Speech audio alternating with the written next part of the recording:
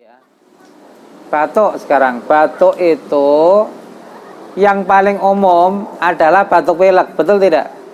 Nah, kalau batuk pilek ya sudah, umumnya tidak berbahaya. Batuk pilek itu maksudnya gimana? Ada batuknya, ada pileknya. Biasanya ada demamnya tapi tidak tinggi. Ada batuknya, ada pileknya, itu justru tidak bahaya. Kalau batuk saja dan demamnya tinggi, justru kadang bisa bahaya. Tapi kalau ada batuknya, ada pileknya, demamnya tidak tinggi, itu umumnya adalah batuk pilek biasa. Dokter pun mengatakan sebagai common cold istilahnya. Common cold berarti ya penyakit biasa gitu. Common kan biasa artinya, jadi nggak bahaya. Tapi kalau demam saja tanpa batuk pilek tinggi, hati-hati. Kalau lihat dari ketiga, atau batuk dengan demam yang tinggi, hati-hati. Batuk ada sesak napasnya, hati-hati. Oke, berikutnya adalah batuk yang lama. Bagaimana batuk yang lama? Batuk yang lama, kalau pada orang dewasa, itu adalah gejala utama dari penyakit TBC. Kalau pada anak, tidak selalu TBC. Justru lebih banyak batuk yang tidak sembuh-sembuh pada anak itu adalah karena alergi. Alergi itu diantaranya adalah asma. Jadi asma juga sifat alergi. Jadi batuk yang lama pada anak itu banyak disebabkan oleh asma. Jadi asma yang ringan bentuknya pada anak bisa berupa apa tadi? Batuk yang lama nggak sembuh-sembuh. Biasanya tanpa demam. Apalagi kalau ada sejarah sebelumnya pernah sesek. Sebelumnya pernah sesak. Jadi kalau sekarang dia sekarang ada batuknya lama, maka batuk lama itulah bagian dari serangan asmanya. Oke ya, itu batuk lama. Oke, berikutnya adalah batuk yang disertai dengan sesak napas. Ya, berikutnya batuk yang disertai dengan sesak napas. Nah, batuk dengan mengi tahu mengi? Ngik, ngik, suaranya seperti napas kucing. Nah, ngik itu namanya mengi. Mengi itu kalau di atas 2 tahun hampir pasti asma, hampir pasti. Kalau di bawah 2 tahun bisa aja bronkiolitis namanya. Jadi semacam bronkitis tapi pada bayi, pada anak di bawah 2 tahun namanya bronkiolitis. Itu gejalanya persis seperti asma. Biasanya disertai dengan demam dan dipicu oleh infeksi virus. Itu nanti belum tentu jadi asma beneran. Tapi kalau sudah 2 tahun masih wheezing terus, masih mengi terus, masih mengi terus, menggeh-menggeh, ngik-ngik, seperti suara seruling musikal, nah itu hampir pasti adalah asma. Jadi Bapak Ibu perlu konsultasi karena penyakit asma Bapak Ibu tidak bisa mengobati sendiri. Tapi kan lumayan sudah bisa mendeteksi curiga asma, sudah jadi dokter untuk putra putri Bapak Ibu sendiri ya. Jadi menjadi dokter tidak harus mengobati sendiri. Dokter umum tidak harus mengobati semua penyakitnya, sebagian dikonsultasi ke spesialis. Dokter spesialis pun tidak semuanya tangani sendiri, bisa dikonsulkan lagi ke subspesialisnya. Nah, Bapak Ibu sebagai orang tua ketika menjadi dokter bagi anak-anaknya sendiri itu juga tidak harus mengobati sendiri. Sebagian bisa mengobati sendiri, tadi turun panas, obat batuk biasa boleh. Tapi ketika ada sesak napasnya, tolong sebaiknya harus segera dirujuk. Nah, jadi Bapak Ibu menjadi dokter yang merujuk kepada dokter yang di atasnya lagi, apakah pada dokter umum ataukah kepada dokter spesialis anak. Itu namanya sistem rujukan. Jadi Bapak Ibu pun melakukan rujukan gitu.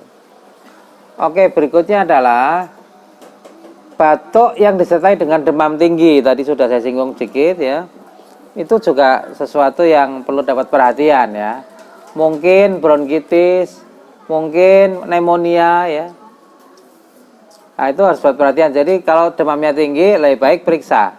Tapi kalau batuk, pilek, demam tidak tinggi, nanti nggak apa-apa, asal nggak sesek ya.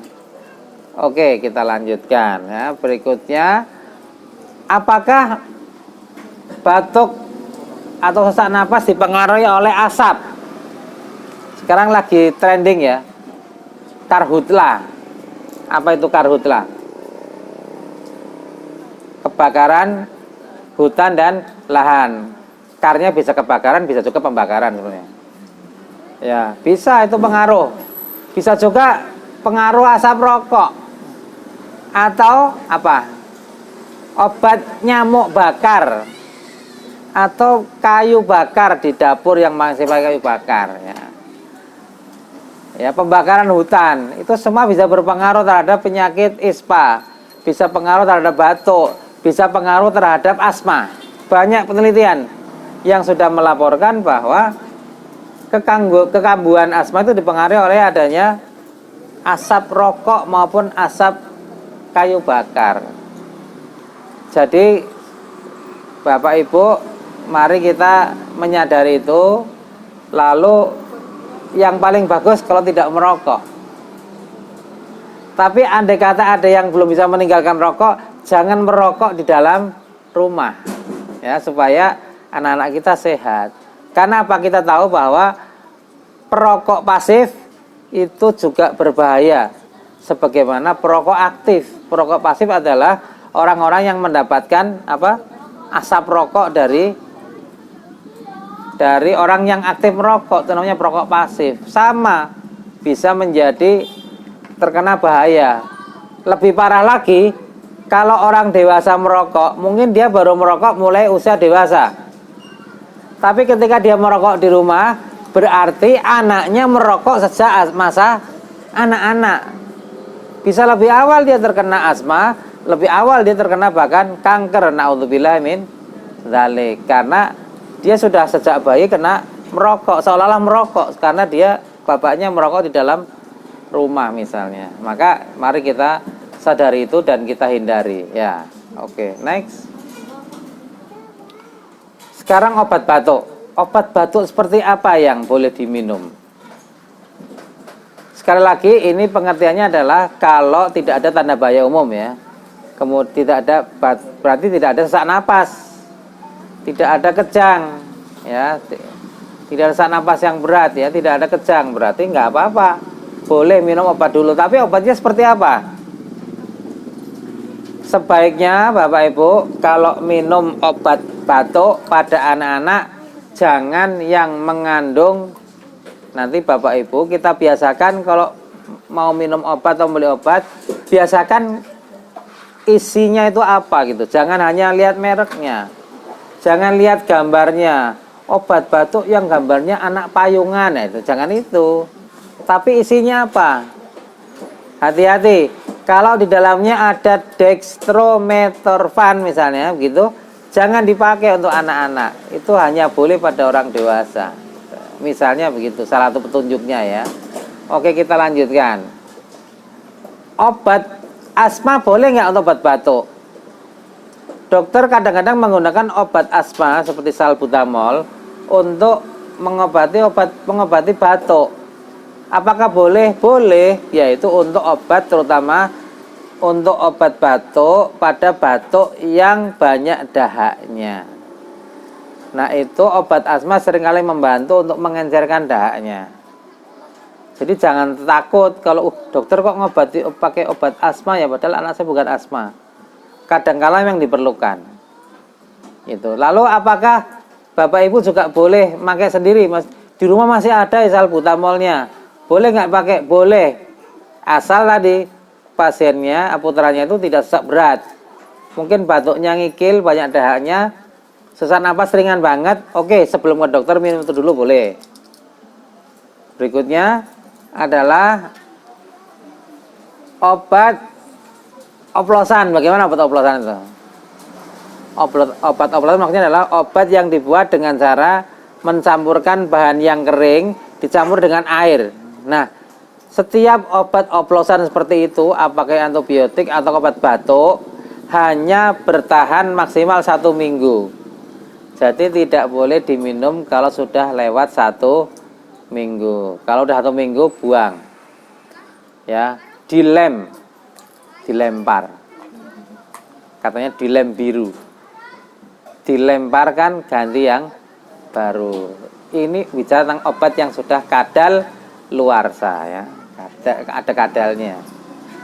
Ya, lalu antibiotika bagaimana? Kalau antibiotika ya harusnya dengan konsultasi kepada dokter-dokter yang memberikan antibiotika. Ya, jangan sedikit-sedikit antibiotika. Dulu soalnya waktu batuk di antibiotika. Jadi sekarang anak saya batuk minta tolong beli ke antibiotika ke apotek. Jangan. Tidak semua kondisinya kan tidak mesti sama. Sama-sama batuknya tadi bisa beda ininya obatnya. Karena perlu pemeriksaan. Dokter punya penilaian ini perlu antibiotik atau enggak gitu.